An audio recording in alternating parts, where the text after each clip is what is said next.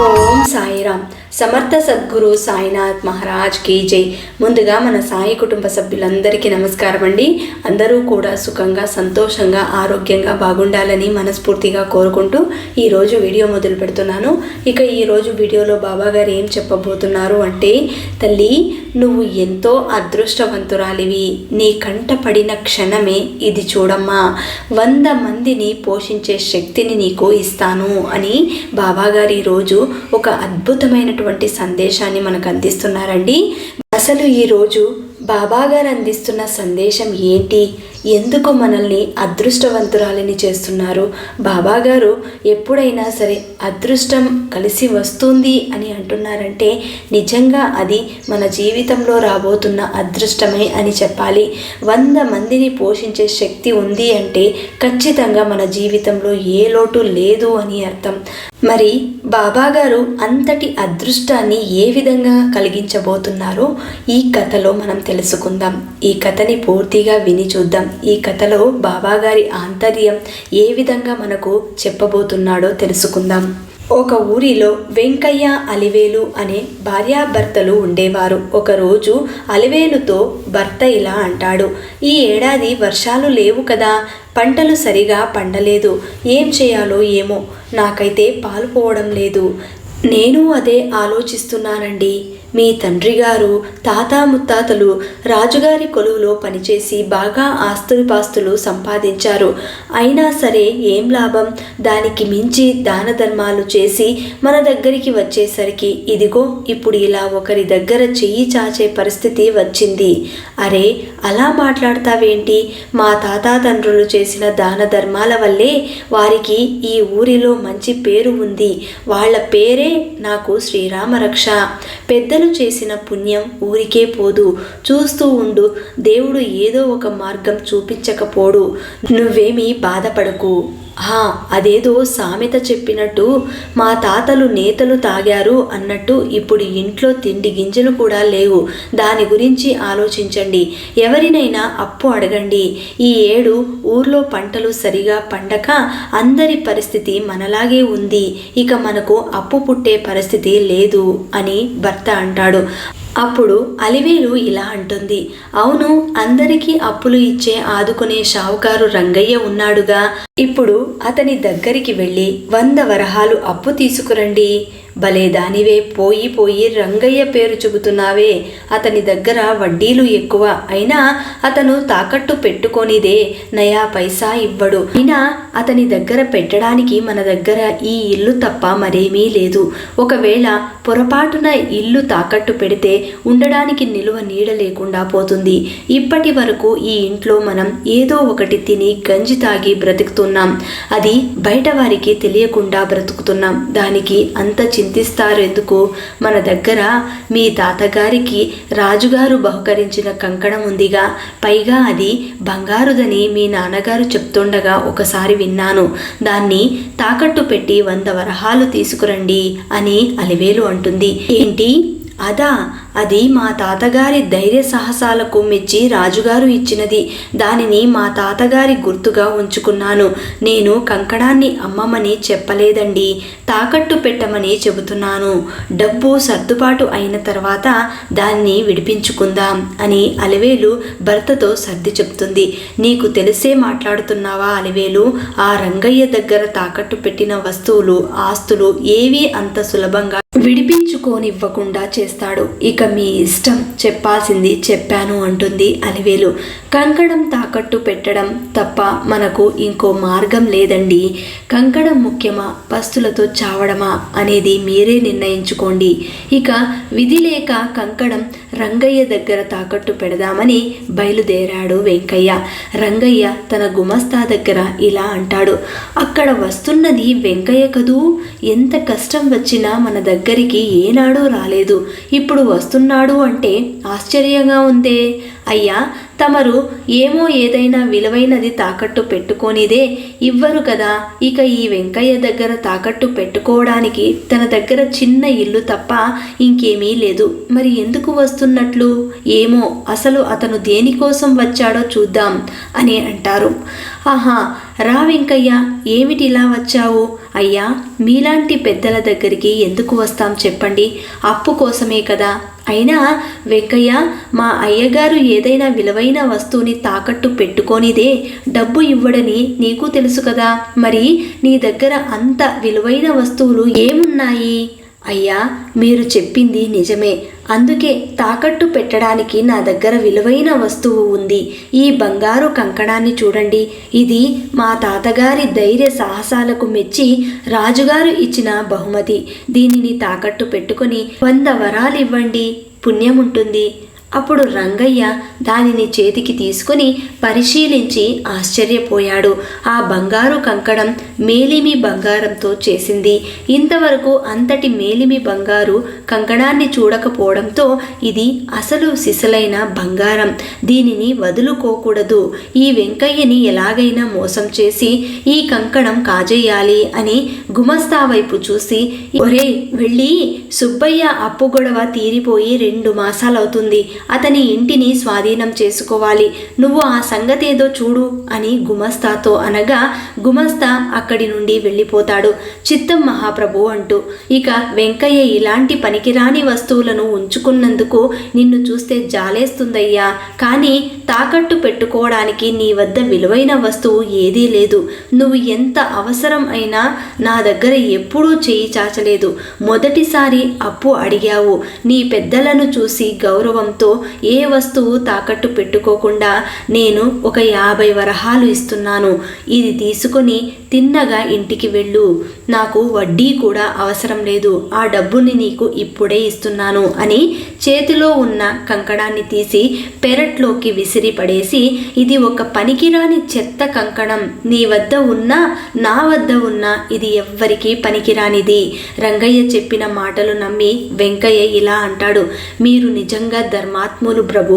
ఏదో ఉన్నంతలో మీ వంటి వారికి సాయం చేస్తూ ఉంటాను, కానీ నా మంచితనాన్ని ఎవ్వరూ గుర్తించట్లేదు అని అంటాడు రంగయ్య. వెంకయ్య నమస్కారం చేసుకుని అక్కడి నుండి వెళ్ళిపోతాడు. వెంకయ్య వెళ్ళిపోయిన వెంటనే పెరట్లోకి విసిరివేసిన ఆ కంకణం వెతుకుతూ ఉంటాడు. ఇంతలో అక్కడికి తన గుమస్తా వస్తాడు. అయ్యా, ఏంటి అలా వెతుకుతున్నారు? నాకు చెప్పొచ్చు కదా, నీకెందుకు అంత శ్రమ?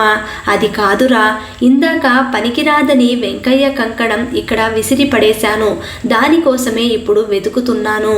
అయ్యా, నీకు ఇల్లు పెరడు శుభ్రంగా లేకపోతే కోపం వస్తుంది కదా, నాకు తెలుసు. అందుకే వెంకయ్యతో కంకణం పనికిరాదని మీరు పెరట్లోకి విసిరినప్పుడే ఆ పనికిరానిది మనకు మాత్రం ఎందుకని దానిని గోడ అవతల విసిరేశాను. అయ్యయ్యో, ఎంత పని చేశావురా! అది అసలు సిసలు మేలిమి బంగారంతో చేసిన కంకణం. అది పనికిరాదని వెంకయ్యని నమ్మించి అతను వెళ్ళిన తర్వాత తీసుకుందామని అలా విసిరేశాను. ఇంతలో నువ్వు వచ్చి నా ప్రణాళిక మొత్తం పాడు చేశావు. ముందు వెళ్ళి ఆ గోడ అవతల వెతుకు అని అరుస్తాడు. గుమస్తా మనసులో ఇలా అనుకుంటాడు, ఓరి పాపాత్ముడా, ఇదా నీ కుట్ర? పైకి పెద్ద ధర్మాత్ముడిలాగా నటిస్తుంటే నిజమని నమ్మాను అని మనసులో అనుకుని గోడ అవతల వెతికాడు. కానీ ఆ కంకణం అక్కడ కనిపించలేదు. అసలు ఏం జరిగిందంటే, రంగయ్య ఆ కంకణాన్ని విసిరిన క్షణంలో వెంకయ్య తన దగ్గర డబ్బు తీసుకుని తిరిగి ఇంటికి వెళుతున్న సమయంలో గోడ ప్రక్కనే వెళ్ళేటప్పుడు ఆ కంకణాన్ని తీసుకుని ఇలా అనుకుంటాడు, రంగయ్య ఈ కంకణం పనికిరాదు అన్నాడు. అయినా సరే, ఇది మా తాత ధైర్య సాహసాలకు బహుమానంగా ఇచ్చినది కాబట్టి దీనిని భద్రంగా నేనే ఉంచుకుంటాను అనుకుంటూ ఇంటికి వెళ్ళి జరిగిందంతా భార్యకు చెప్తాడు వెంకన్న.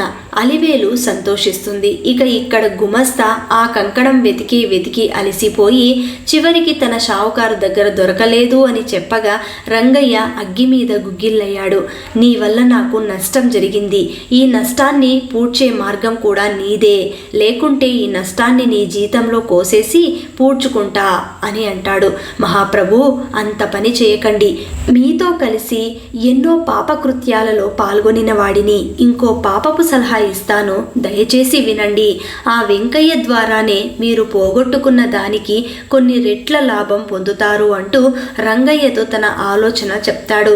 ఆ గుమస్తా దానికి రంగయ్య సంతోషంతో ఆలోచన బాగుంది, దానిని ఆచరణలో పెట్టే బాధ్యత కూడా నీదే, రేపే వెళ్ళి ఆ వెంకయ్యను నా వద్దకు తీసుకునిరా అని చెప్పి గుమస్తాని వెంకయ్య ఇంటికి పంపుతాడు. ఆ గుమస్తా వెళ్ళగానే నిన్ను ఉన్న పళంగా తీసుకురమ్మన్నారని రంగయ్య చెప్పారు.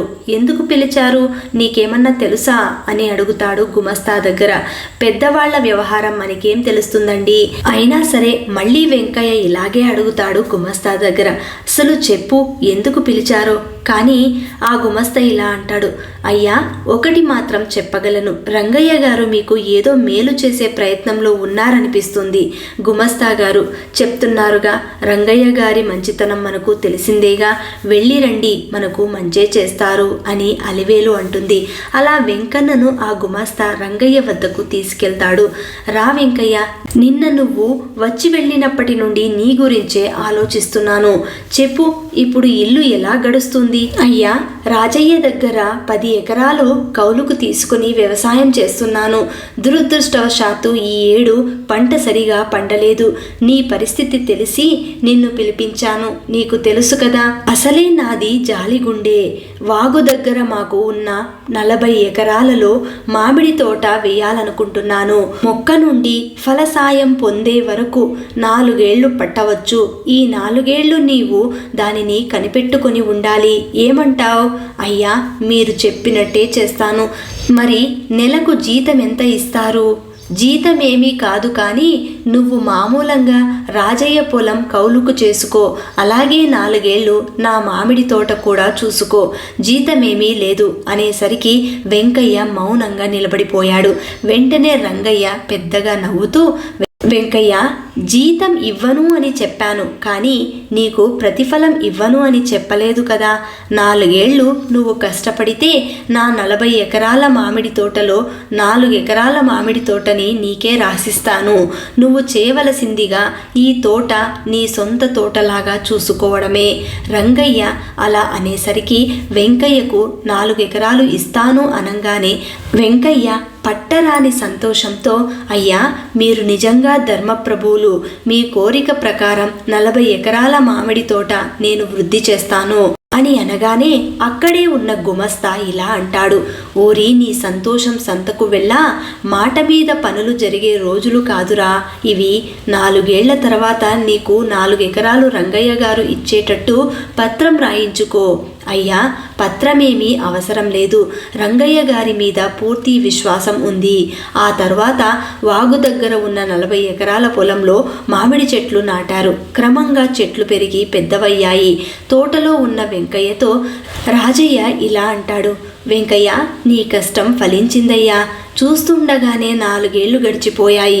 తోట మొత్తం మామిడి పండ్లతో నిండుగా ఉంది. నువ్వు 4 ఎకరాలు మామిడి తోటకు యజమాని అవుతున్నావు. ఇక నువ్వు నా దగ్గర పని చేయవలసిన అవసరమే లేదు. అట్లా అనకండయ్యా, నా తోటతో పాటు మీ పొలం కూడా చూసుకుంటాను. కొన్ని రోజుల తర్వాత వెంకయ్య రంగయ్య దగ్గరకు వెళ్ళి, అయ్యా నమస్కారం, మీరు చెప్పినట్టుగా 4 ఏళ్లు కష్టపడి పెంచాను. అనుకున్న ప్రకారం 4 ఎకరాల మామిడి తోట నా పేరు మీద రాసి పత్రాలు ఇవ్వండి అని అడుగుతాడు. రంగయ్య గుమస్తా కేసి చూస్తాడు. గుమస్తా తన దగ్గర ఉన్న పత్రాలు వెంకయ్య చేతిలో పెడతాడు. అది చూడగానే, అయ్యా, ఇది అన్యాయం. మీరు కొండ దగ్గర పనికిరాని రాళ్ల గుట్టలతో నిండి ఉన్న బీడు భూమి నా పేరు మీద రాశారు. ఈ 4 ఎకరాలు 100 వరహాల మించి చేయవు. ఈ 4 ఎకరాలు నేను చేసిన కష్టానికి ఎంత లేదన్నా నాకు 5,000 వరహాలు అవుతుంది. మీరు ముందుగా చెప్పినట్టు నాకు మామిడి తోట రాసివ్వండి. అప్పుడు రంగయ్య ఇలా అంటాడు, మామిడి తోట రాసిస్తాను అని నీకేమైనా ముందే చెప్పానా? ఎక్కువ మాట్లాడితే ఆ బీడు భూమి కూడా ఇవ్వను. ఎవరితో చెప్పుకుంటావో చెప్పుకో అంటాడు. వెంకయ్యకు తాను మోసపోయానని అర్థమవుతుంది. ఇక చేసేదేమీ లేక పత్రాలు తీసుకుని ఇంటికి వెళ్ళిపోయాడు. బాధపడుతున్న భర్తతో అలివేలు, బాధపడకండి, మనకు కనీసం ఇదైనా దక్కింది. ఈ ఏడు వర్షాలు బాగా పడి రాజయ్య గారి పొలంలో డబ్బులు బాగా వచ్చాయి కదా, దాంతో కష్టించి పనిచేసి బీడు భూమిని బంగారు భూమిగా మార్చుకుందాం, నిరాశ చెందకండి అంటూ ఓదార్చింది. మరుసటి రోజు నుండి భార్యాభర్తలు కష్టపడి ఆ కొండ్లగుట్ల భూమిని సాగు భూమిగా మార్చే సమయంలో రాళ్ల కింద లంకె బిందెలు కనిపిస్తాయి. అలివేలు ఏ దేవుడు మనల్ని కరుణించాడో కానీ మనకి ఈరోజు ఈ లంకె బిందెలు దొరికాయండి అని ఇద్దరు సంతోషిస్తారు. వెంకయ్య అలివేలు ఆనందంతో ఆ బిందెలతో ఇంటికి వెళతారు. ఒకరోజు రంగయ్య భార్య లలితమ్మతో, చూశావా, నేను ఊరికే ఇచ్చిన బీడు భూమిలో ఆ వెంకయ్యకు లంకె బిందెలు దొరికాయట. ఆ నిధితో ఇప్పుడు అతను 100 ఎకరాల ఆసామిగా మారాడట. ఇది విన్నప్పుడు నుంచి నా ఒళ్ళు మండిపోతుంది. అవునా, ఎంత అదృష్టవంతుడు కదండి. పాపం వాళ్ళ కష్టాలు ఇన్నాళ్ళకి తీరిపోయాయి. బంగారు కంకణం కాజేయాలని అనుకున్నారు, వీలు పడలేదు. 4 ఏళ్ల శ్రమని దోచుకున్నారు. ఎందుకు పనికిరాని బీడు భూమిని అతనికి ఇచ్చి మోసం చేయాలని అనుకున్నారు. కానీ అది కూడా వీలు పడలేదు. అతని మంచితనమో లేదా వాళ్ళ పెద్దవాళ్ళు చేసుకున్న దాన ధర్మాల పుణ్యమో కానీ అతనికి కలిసి వచ్చాయి. మనం ఒకరికి మోసం చేస్తే దాని ఫలితం అనుభవించక తప్పదు. ఇకనైనా మీరు సన్మార్గంలో వ్యాపారం చేస్తే మన ధర్మం మనల్ని, మన పిల్లల్ని కాపాడుతుంది అని రంగయ్య భార్య హితబోధ చేస్తుంది రంగయ్యతో. ఆ తర్వాత, నువ్వు చెప్పింది నిజమే, ఇన్నాళ్ళు మూసుకుపోయిన నా కళ్ళు తెరిపించావు. ఇక నుంచి ఎవరినీ దోచుకోకుండా వ్యాపారం చేస్తూ దాన ధర్మాలు చేతనైనంత చేస్తాను. భర్తలో కలిగిన మార్పును చూసి రంగయ్య భార్య ఎంతగానో సంతోషిస్తుంది. ఇక ఇటుపక్క వెంకయ్య అలివేలు ఇద్దరు పిల్లలు లేకపోయినా అన్యోన్యంగా చేతనైనంత సహాయం ఇతరులకు అందిస్తూ హాయిగా బ్రతుకుతారు. ఈ కథను బట్టి బాబాగారు మనకు ఏం చెప్పబోతున్నారు అంటే, జీవితంలో అదృష్టం అనేది ఒక్కసారి తలుపు తడితే అది తప్పకుండా మనల్ని వరిస్తుంది. ఎందుకంటే మనం చేసిన పాప పుణ్యాలే మనల్ని ఎప్పుడూ కూడా కాపాడుతూ ఉంటాయి. ఎప్పుడైనా సరే ఇతరులకు సాయం చేయడానికి ప్రయత్నం చేయాలి, అంతేకాని ఎవరినైనా సరే మోసం చేయడానికి ప్రయత్నించకూడదు. అంతేకాదు ఇతరుల సొమ్ముని కూడా ఆశించకూడదు.